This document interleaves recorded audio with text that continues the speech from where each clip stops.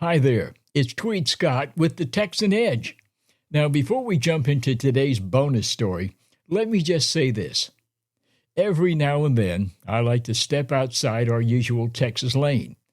These bonus episodes are more about the universal stuff, the memories, the moments, and the little sparks of humanity that show up in every home, in every town, in every one of us, especially during the holidays. These stories seem to carry a little extra warmth. Now, they may not always be Texas-specific, but the heart of them, oh, you can bet it fits right in with the way that we live, love, and lean on each other here in the Lone Star State. So I simply ask you to settle in, and here's a story that speaks to the season and to something deeper we all share, wherever we call home. I call it Candles in the Wind. One of my earliest memories of Christmas was from the early 1950s. Yeah, I'm that old. It was the lights. Our little family didn't have much money. I think we were one of those beginner families starting to get a foothold in the years after World War II. We did have a Christmas tree with those strings of lights that would go out if one light burned out. I learned from personal experience those lights will burn your fingers if you touch them. So I made it a point to leave them alone. Even in the array of colors on the tree, the thing that made the greatest impression on me was the candle lights in the window of our house.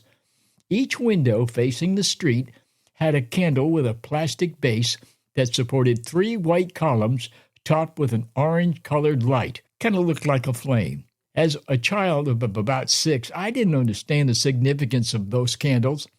I still remember my mother, though, telling me why they put them in the window every year.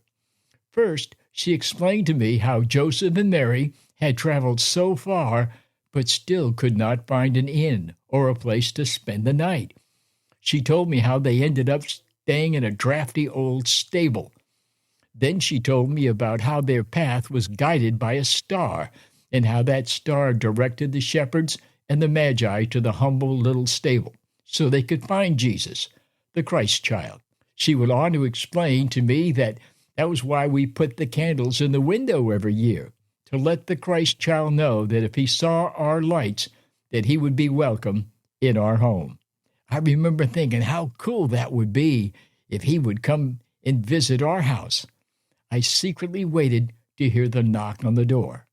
In those days, it seemed everyone had those kinds of candles in their windows too. But then as the years went on, the light displays got bigger, brighter, and gaudier. Those candles got relegated to the attic or some other unseen place. But I noticed this year, as I've driven around, I've seen several homes with the candles in the windows again. It pleases me to see them coming back. There is a certain understated elegance in the simplicity of those candles. Just looking at them brings me back to a simpler, uncomplicated time. Those lighted candles were on one of our family's longest-held traditions. We did it for every year that I can remember, and I have them in my home office window today. Now, I'm still hoping to hear for a knock at the door. Merry Christmas.